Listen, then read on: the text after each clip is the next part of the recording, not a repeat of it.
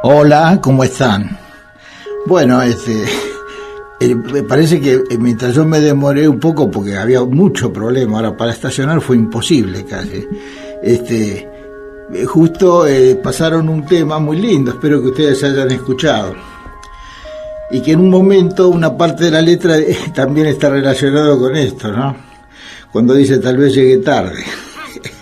Bueno, ustedes ya están medios acostumbrados porque muchas veces me pasa, no es la primera vez. Tengo una característica con el tiempo, a veces, eso que decimos siempre de que uno es atemporal, en parte es cierto, porque no tengo no me organizo mi tiempo obviamente, este tiempo que tenemos acá en este plano, con las obligaciones, los compromisos, donde uno tiene que estar, cuando tiene que estar, todo eso. Se me hace un poco complicado.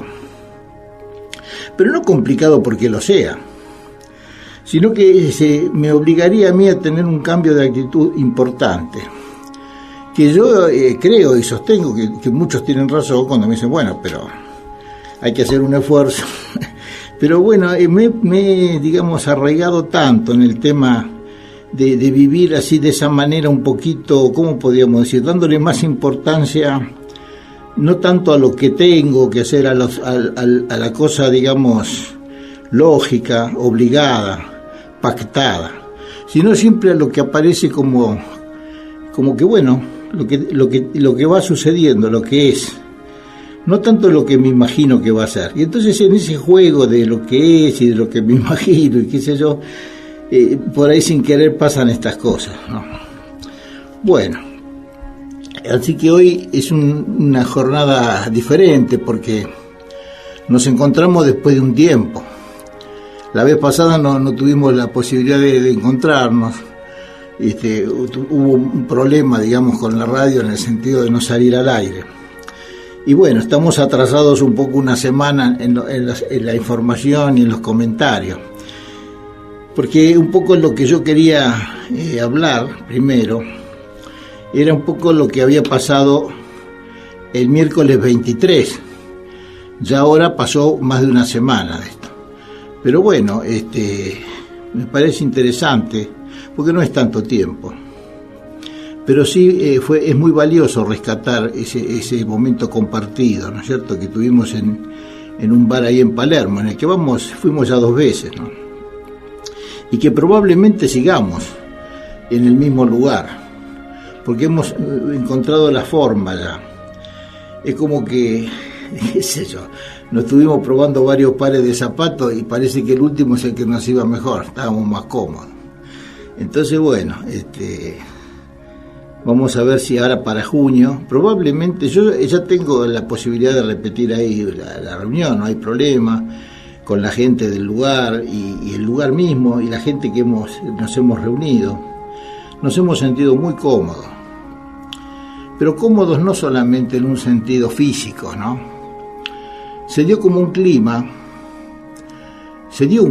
campo creamos de alguna manera, donde, qué sé yo, parecía que todo coincidía, o donde uno miraba estaba lo que uno quería ver y donde uno escuchaba estaba lo que quería escuchar y las cosas se daban de una manera muy armónica. Y bueno, eso fue lo que se dio. Coincidían las ganas, los deseos, tanto míos como los de las que nos habíamos reunido, la gente. Era un número bastante importante, como la vez pasada, que se había hecho en abril. Y bueno, y fue adquiriendo lo que uno quería, o sea, ese clima, de compartir, de estar cómodos, como decía, de no tener una línea, rígida de pensamiento y de comentarios y de expresión, sino como un juego, era un juego, pero un juego armónico, un juego donde nadie tenía que aclarar nada, ni explicar nada, ni decir nada, ni analizar nada. Era lo que era y lo que es. Entonces todos nos sentíamos cómodos. Era una sensación que después perduró en mí mucho tiempo, y creo que en las personas también que concurrieron, porque hicimos no solo la parte, de reunión, de la reunión propiamente dicha, sino también en el sentido del final, ¿no? el final faltaba eso nada más. El final fue el postre deseado, digamos, era lo que todos esperábamos. Después de hablar, de compartir, de reírnos, de hacer comparaciones, de aprender del error, ¿no? De compartir vivencias, anécdotas, poemas, qué sé yo, filosofía, todo lo que se hace en un café, como aquellos de Discépolo, ¿se acuerdan? Cafetín de Buenos Aires, de chiquilín te miraba de afuera, ¿no? Y como era la ñata contra el vidrio, donde aprendí filosofía, ¿no? Todas esas cosas que decía Discépolo en ese tango, y que era de un Buenos Aires distinto, pero nosotros, por esa magia que tiene la noche y la creatividad y la magia que le ponemos nosotros, de alguna manera es como que nos corrimos en el tiempo y estábamos en esa misma época casi, ¿no? Y bueno, así se fue dando, se fue hilvanando ese clima, ese momento. Y como les decía, terminamos con una ronda todos de la mano, pero girando y mirándonos permanentemente a los ojos. 1, 2, 3, 4 veces, dando vueltas y vueltas. Y cada vez que pasaba uno, la mirada era distinta, era más profunda. Al principio era media como, ¿quién es? Y después poco a poco nos íbamos acomodando. Y ya éramos todos muy conocidos. Y bueno, y eso era el clima. Eso era el clima. Empezó a salir lo de adentro, el ser interior. Ese ser interior, que no necesita palabras, no necesita traducción ninguna. Es eso que sale de adentro, la autenticidad de uno, el ser, ¿no es cierto? Y entonces ahí, bueno, hablaban otras cosas, hablaban los ojos, como dice el programa, ¿no? Los ojos empezaron a sentir, y cuando los ojos empiezan a sentir, el corazón empieza a ver. Y bueno, y ahí se va dando la cosa. Ese es el conocimiento, ese es lo que se busca. Y no hay que buscarlo en los libros o qué sé yo, o en teorías. Están también en la teoría, pero en la teoría está ya como desecado. Es como aprender botánica o una flor en la lámina de un libro de botánica. La flor hay que verla a dónde está, hay que respirarla, tocarla, olerla, ¿no? Hay que verla en su medio, en su hábitat. Bueno, y entonces esto fue lo que se dio, ¿eh? Nos encontramos como seres, ¿no?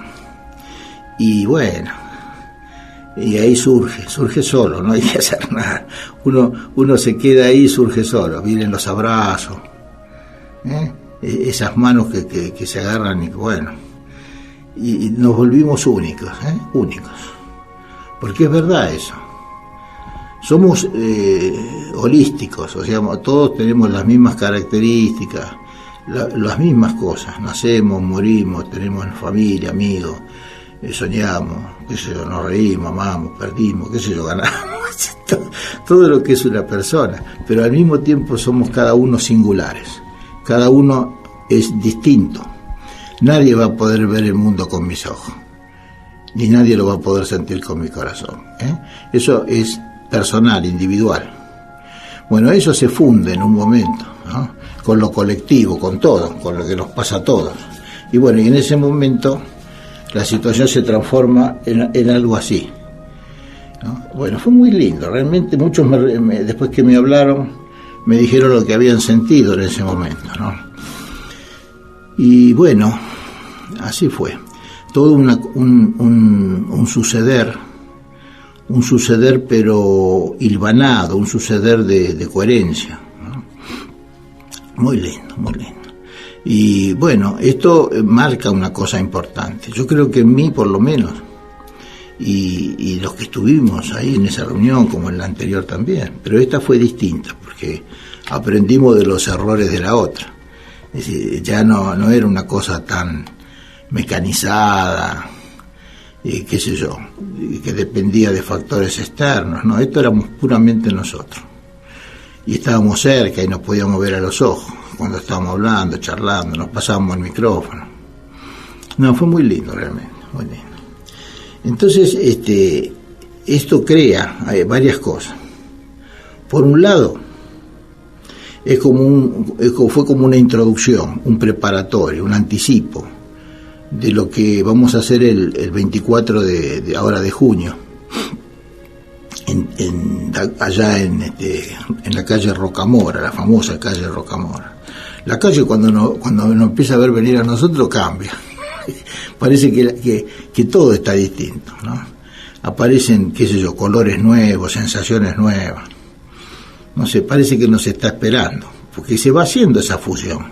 Nosotros no nos damos cuenta, pero cuando vivimos, estamos permanentemente contagiando lo que sentimos, lo que pasa, lo que nos pasa todo el tiempo, y a todo lo que está alrededor, no nos damos cuenta. Y entonces se va creando todo un conjunto. Esa escalera que subimos Caracol para llegar al primer piso, donde hacemos la reunión, el taller, ese, qué sé yo, sabe todos los secretos de todos nosotros, la escalera esa. Y el piso lo mismo y todo, y nosotros también. Esto no es una cosa, dicha como algo solamente, qué sé yo, como una prosa, digamos, estética o poética, ¿no? Sino es una realidad. Bueno, entonces el 24, que va a ser ahora un domingo, obviamente, como siempre hacemos los domingos desde que empezamos, por ese hecho de que cualquiera puede venir, no tiene que trabajar ese día, y qué sé yo, y bueno, es un día que a la tarde siempre la transformamos, ¿no? Y bueno, va a ser así, como dijimos, ya después va a ir tiempo todavía, recién empezamos el mes, pero lo vamos a repetir muchas veces. Entonces, lo importante es que ese clima que decía, que pasamos hace una semana en el bar, ahí en Palermo, ¿no? Como siempre, y la mesa obviamente que no era, así como decimos siempre, tan larga, pero uno la vive así, ¿no? Como algo infinito, no tenía límite, todo podíamos entrar. Bueno, así que entonces eso lo vamos a continuar en el taller ahí en la calle Rocamora, 45-55, ya va a haber tiempo, no se apuren por si se olvidan algún número, lo vamos a repetir muchas veces, entre el Estado de Israel y Yatay. Ahí está la casita, me hace acordar una película, ¿no? Es como si hiciéramos un viaje al país de nunca jamás, es una cosa así. Si no vieron la película se la recomiendo, ¿no? Con el actor de moda Johnny Depp. Entonces, bueno, es toda la historia de Peter Pan y todo eso con el creador, ¿no? Pero es eso, es un viaje a un lugar aparentemente vacío, desconocido para muchos de ustedes, pero que después va a habitar dentro de ustedes. Va a ser un lugar donde ustedes van a poder ir las veces que quieran. La única consigna es tener fe, creer, y poder sentir esta maravilla que es el sentimiento del amor. Bueno, vamos a ver un poquito algunas otras cosas. Esto se da en un momento, digamos, en un momento planetario, donde es muy importante la reunión, cada vez es mayor. Nosotros nos constituimos así, somos, como digo a veces últimamente, somos conspiradores del amor, conspiradores de la alegría, de la libertad, de la belleza, ¿no? Y no nos van a aplastar tan fácilmente. Entonces, si nosotros ponemos las mismas intenciones, los mismos deseos, nos juntamos, y aunque sea la reunión esa del bar, o en ¿cómo se llama? Ahora lo que vamos a hacer ahora, el encuentro holístico que vamos a hacer en Rocamora, en los grupos, cuando nos reunimos, con todas las dificultades y cosas positivas y otras que no, pero ahí, poniendo el cuerpo en esos lugares, vamos a generar una energía distinta, y va a ir en aumento, y se va a producir el famoso fenómeno de la resonancia. Todos somos seres vibrantes y resonamos como si fuera una nota musical. Y si todos estamos en la misma nota, en la misma, en el mismo pentagrama, con la misma idea y la misma intención, vamos a tener mucha fuerza. Y eso lo vamos a transmitir a las personas que queremos, a los que están alrededor nuestro. Vamos a ir transmitiendo todo eso, y eso va a ir creciendo y va a ir influyendo. Porque si nosotros empezamos a cambiar desde adentro, las cosas de afuera también van a empezar a sentir el cambio. Todo lo que pasa es producto de un ego y de una mente que nos transforma y que no nos deja ser como tenemos que ser, como sentimos, el sentimiento.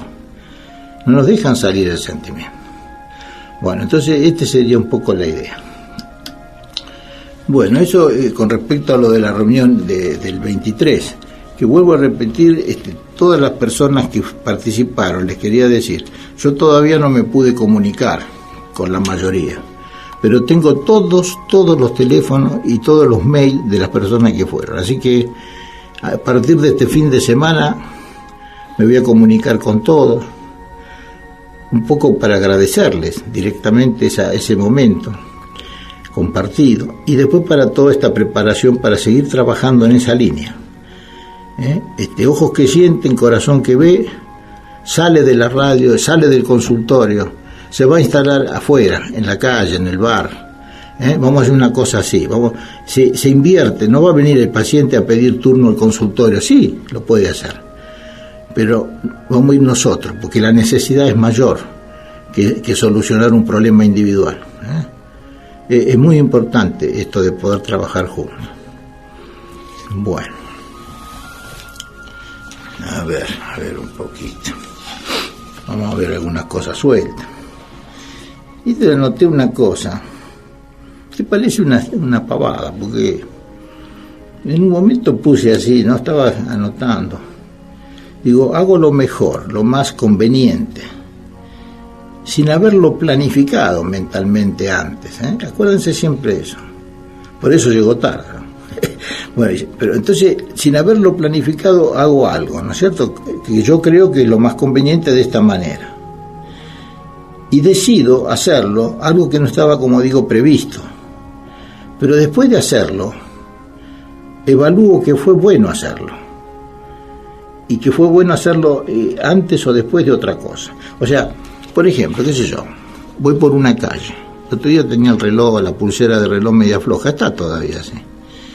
Y hay un kiosco, no sé, de relojes, un nombre japonés, no sé cómo es, o chino, japonés creo, que arregla eso, las mallas de los relojes, eso. Y siempre digo, voy a pasar, y no paso. Y el otro día no tenía que pasar, tenía que ir a otro lado. Y agarré y me fui ahí. Dije, no, voy a hacerme arreglar. No había cola, no había nadie, me atendió perfecto, fue bárbaro, cambié todo lo que... O sea, no estaba pensado en mi trayecto diario de ese día. Pero lo hice porque intuía que tenía ganas de hacerlo y sentía que era el camino ese. Y bueno, salió todo mejor. Tenemos que manejarnos mucho con esas sensaciones, darle más bolilla a eso, a lo que sentimos. No es que lo que pensamos no sirve, pero el pensamiento, yo siempre digo, tiene que estar al final. El pensamiento tiene que ser la síntesis del sentimiento, tiene que ser la conclusión, el corolario, lo que queda, digamos, de todo. Pero la vida, el movimiento, la acción, es el sentimiento. Sin sentimiento no se puede vivir. Con pensamiento se puede vivir, pero más o menos, no es lo mismo. No es lo mismo. Bueno, a ver un poquito. Hay una frase acá muy linda y ya paramos un poco porque va a venir, porque claro, ya se me vino el reloj encima, pero bueno. Hay una cosa que la voy a comentar y la dejamos después para después, ¿no? En el libro de Eckhart Tolle, El poder de la hora, hay una parte, lo cuento porque me gustó mucho la frase, ¿no? El libro está escrito como una persona que le pregunta al filósofo y él le contesta, ¿no? Y están hablando del ser, del ser interior. ¿Qué es el ser, no? Entonces el periodista o el que pregunta le dice, ¿qué quiere decir usted con eso del ser? No lo entiendo. Y entonces le dice, ¿el agua? ¿Qué quiere decir con eso? No lo entiendo. Eso es lo que diría un pez si tuviera la mente humana. Bueno, continuamos. Y todo es así, ¿no? Es una continuidad. Uno en realidad repite una cosa que es así. Continuamos. Muy bien. Bueno, lo que decía hace un ratito, antes que se cortara y todo, para pasar la música, era esa frase que quedó ahí, donde cuando le preguntan al filósofo cómo puede explicar el concepto de ser, del ser, porque uno el cuerpo lo puede explicar de todas las formas que quiere, lo toca, le saca radiografía, fotografía, lo analiza, lo mira, qué sé yo, lo ama, eso, todo. Pero el espíritu, el ser, ¿cómo hacemos? ¿De qué materia está hecho eso? ¿Cómo es? ¿Hay alguna materia? ¿Es energía pura? ¿Qué sé yo qué? Y entonces cuando le preguntan cómo lo podría, entonces él contesta con una metáfora muy interesante, donde él dice: el agua, pero lo tengo acá, lo diré porque por ahí no digo la palabra exacta, ¿no? Dice: el agua, ¿qué quiere decir con eso? No lo entiendo. Eso es lo que diría un pez si tuviera la mente del ser humano. La pescaron, es muy importante. Claro, porque no se puede explicar. Eso es lo interesante. No todo es explicable, no todo se puede traducir con palabras, no todo puede ser analizado, ponerle nombre, título, etiquetarlo, guardarlo, almacenarlo. No. Todas esas cosas son intangibles y son imposibles de traducir o de explicar. No tienen explicación, son. Por eso es el ser. Es la esencia, es lo esencial. Lo esencial no se puede describir con palabras. ¿No es cierto? Ese es el tema. Entonces siempre la mente nuestra va a tratar de ponerle nombre a las cosas, de ponerlo en una cajita, de poner una etiqueta. Eso no se puede hacer. No puede volverse un objeto de conocimiento. El ser puede percibirse, ¿no? Como el yo soy, siempre presente, que está más allá del nombre que tengo y de mi rol y de la forma, ¿no? Uno siente y por lo tanto sabe que es uno, que uno es, digamos, eso sería, ¿no? Pero si no, es muy difícil. Y como pasa siempre, como decimos a veces, con los estados o los momentos cumbre, que se llaman así también, que son esos momentos en que no se puede ni hablar, hay que quedarse ahí, ¿no es cierto? Tan hermoso. Yo he quedado siempre cautivado con los momentos cumbre. Me han pasado muchas veces. Siempre me acuerdo de algunos más que otros. Por ejemplo, una vez en Uruguay estaba en donde se armó el lío de la papelera y todo, en Fray Ventos, ¿no? Había una playita ahí, que está obviamente la playa, ¿no? Una muy linda playa sobre el río Uruguay. Y el lugar era para acampar también, pero había cabañas, se alquilaban cabañas o casitas así muy lindas, con lo mínimo para poder estar cómodo, pero a su vez con una naturaleza hermosísima, ¿no es cierto? Unos bosques, unos lugares preciosos. Y me acuerdo un atardecer, digamos, la cabaña tenía como una salida hacia atrás, ¿no? Digamos, venía un ambiente chico, alargado así, ¿no? Y después hacia atrás se abría como un pequeño patio que no tenía pared de fondo, estaba abierto hacia el bosque. Y bueno, en ese atardecer, ¿no? Estábamos ahí mirando los árboles, ¿no? Cuando lo empiezo a contar ahora es como que vuelvo a revivir el momento, como que estuviera ahí otra vez. Porque son instantes cumbres, son momentos en que nos salimos de este plano, de este espacio, y pasamos a ser lo que vemos. Somos los árboles, somos el bosque, somos el murmullo apenas el murmullo del aire, del viento, el silencio fundamentalmente, el silencio profundo, hermoso, donde estamos incluidos. Nosotros los seres humanos nos volvemos a meter adentro de la naturaleza, dentro del paraíso perdido, ¿no? Entonces estamos ahí, somos como los árboles, como las plantas, como los bichitos que van por el aire volando y empezamos a tener también esa sensación de integración, de armonía, de unión, de belleza, ¿no es cierto? Empieza a ser todo como una cosa conjunta, y ahí no se puede hablar. Estuvimos un rato, como, qué sé yo, 20 minutos, media hora, casi, no sé, una barbaridad de tiempo, sin hablar, sin decir una sola palabra y sin tener ganas de decir nada, ¿no? Estamos ahí, maravillados con eso, ¿no? Y entonces, bueno, yo ahora estoy haciéndolo con palabras, en realidad estoy, digamos, diciendo, hablándolo y explicando lo que no se puede explicar, pero aún así me quedo corto, seguro que me quedo corto. Y aunque uno lo filme o lo fotografíe, es lo mismo.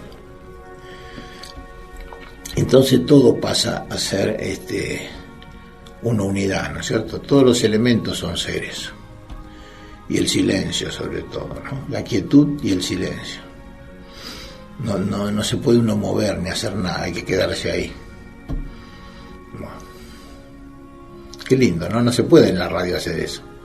Decir, bueno, vamos a quedarnos 1 o 2 minutos en silencio. No se puede, pero realmente es eso, ¿no? Se podría transmitir desde un lugar así, ¿no es cierto? Bueno.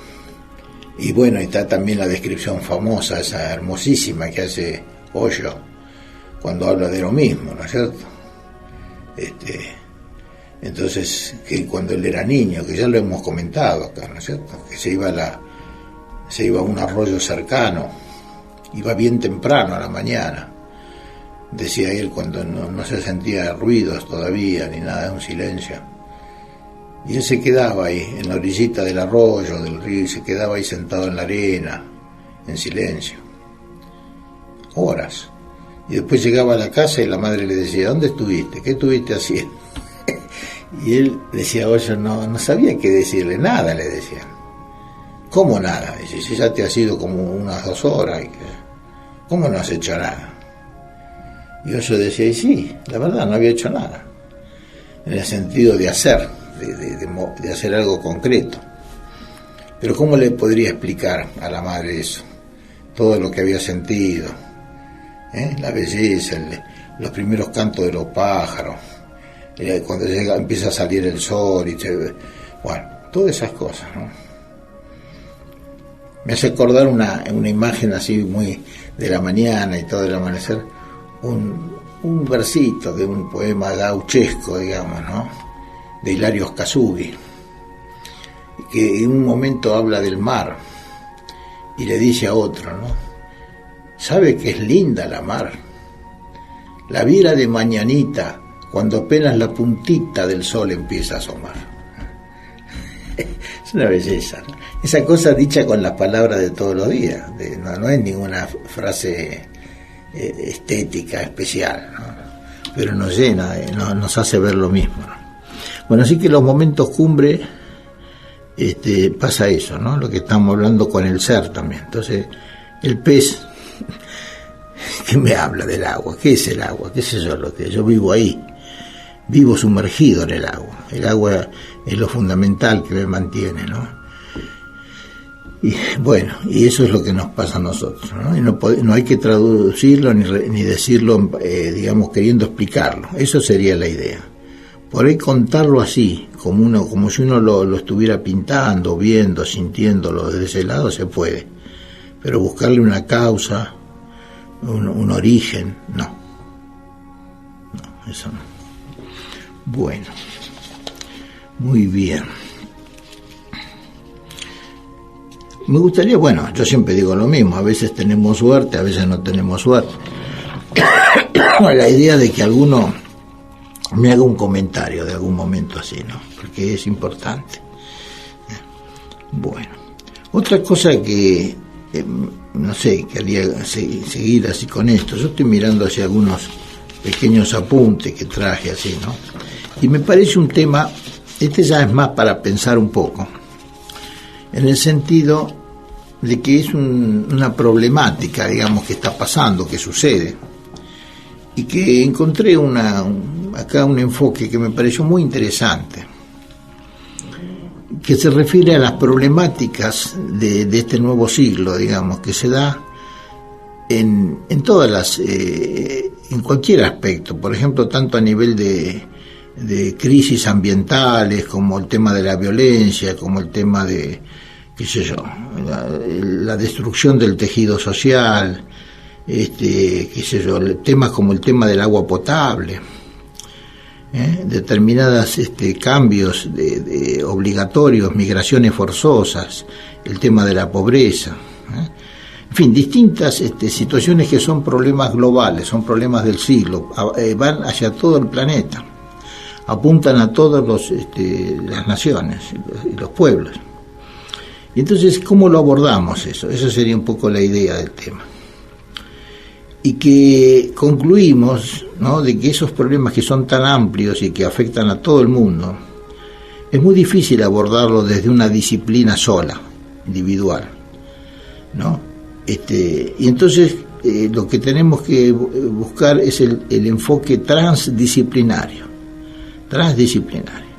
¿Qué es lo transdisciplinario? Es cuando de alguna manera el tema reúne, digamos, a personas, especialistas o personas que están que pueden ver ese problema desde su especialidad, por ejemplo, vamos a suponer que tomemos el tema del agua, el agua potable, ¿no? Entonces, si nosotros lo queremos tomar como tema específico de una manera unilateral o como una monodisciplina, digamos, una disciplina, tenemos que llamar a gente que puede estar en el área de la ingeniería o de qué sé yo, agronomía o arquitectura o qué sé yo, médicos por el tema de la salud y el agua, qué sé yo, biólogos, abogados, qué sé yo, para tratar de generar leyes que puedan permitir enfocar el problema. Pero no se resuelve así, con todas personas distintas, juntándolos a todos, ¿no? Entonces no ese es el tema. Todas las facultades o instituciones de educación trabajan así todavía, con una enseñanza unidisciplinaria. O sea, en medicina se ve solamente el tema de la medicina propiamente dicha, o sea, del cuerpo humano, de todas las características que tienen que ver con eso, con la enfermedad, con la salud, pero siempre desde esa disciplina. Y eso es tan erróneo que un famoso médico, Osler se llama, Osler fue un gran médico inglés que trabajó mucho sobre el tema también de las enfermedades de los huesos y uno de los genios de la medicina. Y él decía en un momento una frase muy linda, él decía: el que solo medicina sabe, nada de medicina sabe. Porque la medicina no es una cosa aislada del resto. Para saber hacer buena medicina hay que saber del ser humano, hay que saber de filosofía, hay que conocer cómo es la persona, tener un cierto nivel de formación, de conocimientos que son no solamente del cuerpo humano, fundamentalmente. Entonces eso sería, o sea que tiene que beber de otras disciplinas. El aspecto humano es mucho más complejo que el simple enfoque corporal. Bueno, entonces se va logrando una síntesis integradora. Y eso no se logra acumulando cerebros distintos, personas. No, la síntesis es de ver el agua o la pobreza o la cosa como de todo el mundo y de todos, no de un lugar solo.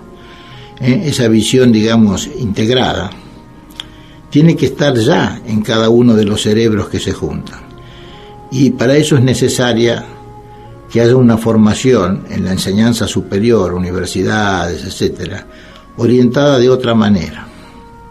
Por ejemplo, un primer paso podría ser a través de posgrados, posgrados después de la enseñanza de la disciplina de la facultad determinada, orientados hacia áreas temáticas, más que a disciplinas, ¿no? Por ejemplo, un posgrado, como decíamos, del agua, para estudiar todo el tema del agua potable, y ese posgrado podría convocar a ingeniero, abogado, médico, químico, biólogo, todo lo que usted quiera. Y entonces se lograría la transdisciplina en cada uno de ellos, en cada uno del ingeniero, médico, abogado, químico, lo que sea. Se saldría de la química, de la medicina, de la abogacía, lo que sea, y ya no lo vería como abogado, ni como médico, ni como químico, sino como un problema o un tema que abarca a todos. Creo que es muy interesante esto y no sé, por ahí, usted sabe que este programa tiene esa característica. Disculpen algunos que es la primera vez que lo escuchan por ahí hoy, porque dirán, este hombre estaba hablando de un tema, qué sé yo, de la filosofía, y de repente aparecemos con la transdisciplina, pero es así. Este es el programa donde entra todo, porque todo tiene que ver con todo. Nosotros cuando hablamos de la transdisciplina estamos hablando de la integración, y cuando hablamos de la integración, ¿no es cierto?, estamos hablando de que hay una unidad en todo lo que decimos, hacemos, sentimos, pensamos, ¿no?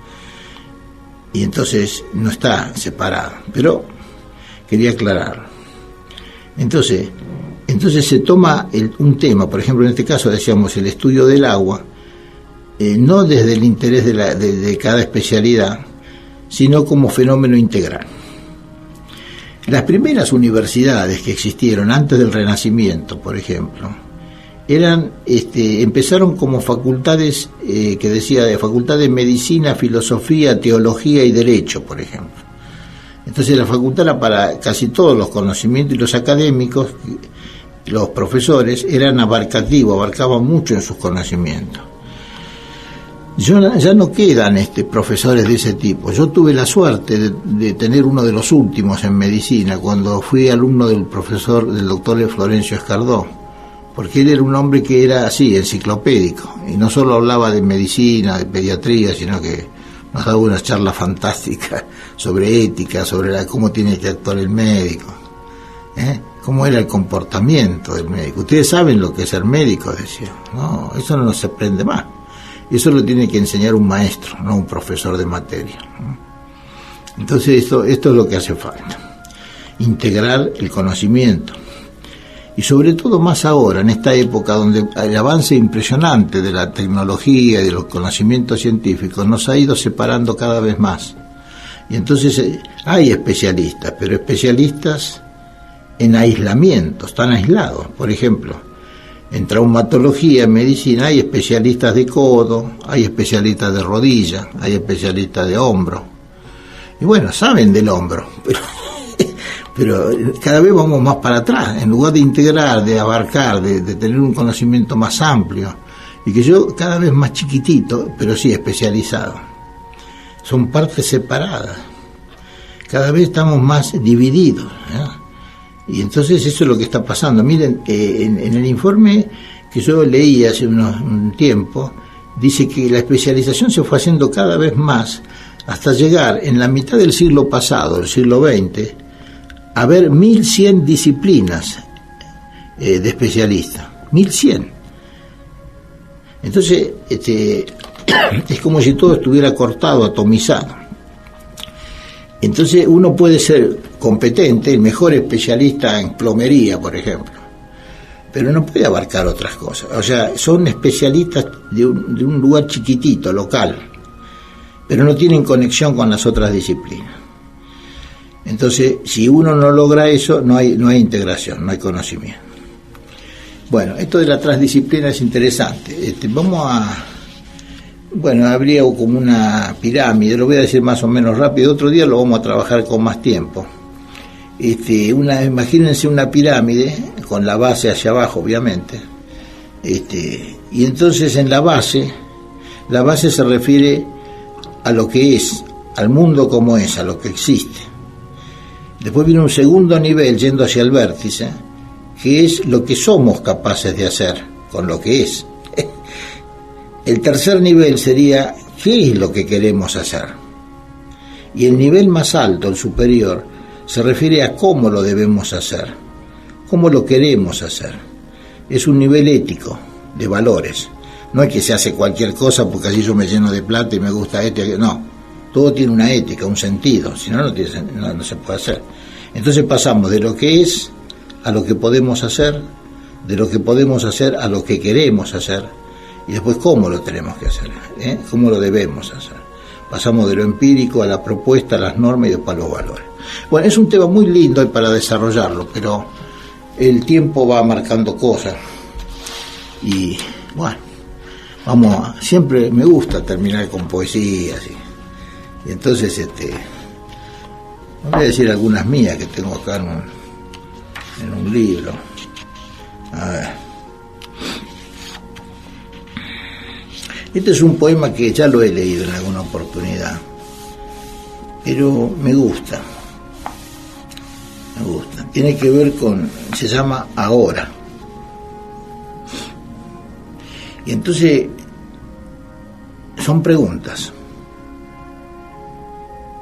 El poema es como una observación de un hecho que ocurre en la realidad. Yo estoy mirando una escena que se repite siempre a una hora determinada, la salida de chicos del colegio, y siempre se repite y siempre es lo mismo, más o menos. Cuando yo era chico, cuando mi hermano también iba, cuando iban mis amigos, siempre lo mismo, las 4:30 de la tarde, el salir contento de la escuela para llegar a casa, las madres que lo venían a buscar, qué sé yo, todo eso.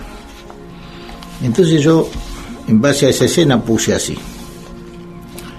esta escena, infinitamente repetida, ¿es acaso el ahora? ¿Qué leve matiz singulariza este instante quizás ya sucedido?